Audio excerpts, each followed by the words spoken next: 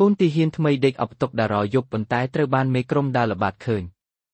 ទង្វើកូនក្មេងបែបនេះធ្វើឲ្យមេក្រុមខឹងយ៉ាងខ្លាំងទើបគាត់ដកហូតយកវាទៅគេយំយ៉ាងខ្លាំងធ្វើឲ្យមេក្រុមខឹងបញ្ជាឲ្យគ្រប់គ្នាក្រោកឈរជួររ៉េងឈៀវូចេញមកយកតុកតាចាស់នឹងទៅបោះចោលក្នុងធុងសម្រាមទៅតុកតានេះជាកេរដំណែលរបស់ម៉ាក់គេធ្វើឲ្យគេមិនដាច់ចិត្តបោះចោលឃើញបែបនេះមេក្រុមកាន់តែខឹងហើយបង្ខំឲ្យគេយកវាទៅបោះចោល十分困难愧疚的មេក្រុមប្រាប់ថាគូជាទីហ៊ានបង្ហូរឈាមបានតែហាមបង្ហូរទឹកភ្នែកដូចឈៀវូនេះដាច់ខាត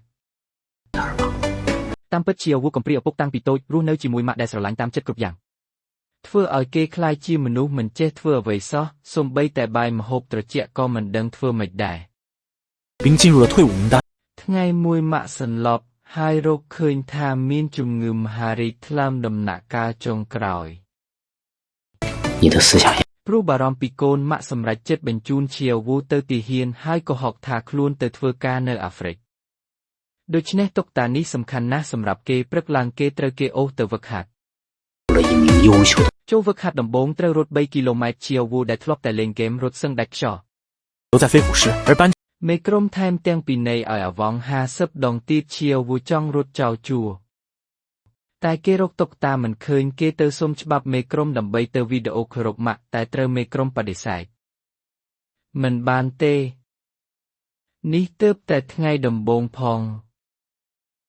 ប៉ុន្មានថ្ងៃក្រោយពេលចេញវឹកហាត់ក្រៅបន្ទីឈៀវវូលួចរត់ពេលទៅបត់ជើង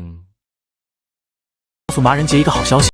សើមកតាមទាន់ឈៀវវូប្រាប់ថាបុកខ្ញុំចង់ទៅវីដេអូគោរពម៉ាក់对而裴庆见他លូវីមកដល់ហើយបែរជាជួយទៅវិញដោយឲ្យលេខកាត់លុយឲ្យគេទៀតម៉ាក់ខ្ញុំនឹកម៉ាក់ខ្ញុំណាស់ពួកគេក៏ឲ្យឈៀវវូរត់ទៅលូវីប្រាប់ថាប្រញាប់ទៅជួបម៉ាក់ហើយឆាប់ត្រឡប់មកវិញកុំឲ្យគេចាប់បាន高兴怎么着មកដល់ហាងអ៊ីនធឺណិតគេវីដេអូខលទៅតែឃើញលោកពូឆេនទៅវិញ李大山要相信战友ពូឆេនជួយកុហកជំនួសម៉ាក់តែឈៀវវូឃើញស្រមោលម៉ាក់ក្នុងកញ្ចក់ក៏ដឹងការពិត那就是让所有人都គេដឹងថាត្រូវគេកុហកហើយគេស្ទុះទៅស្ថានីយ៍រថភ្លើងដើម្បីទៅរកម៉ាក់តែអត់លុយទិញសំបុត្រ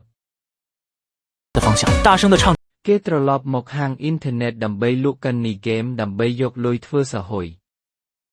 តែត្រូវពួកក្មេងស្ទាវបន្លំយកកានីហើយមិនឲ្យលុយ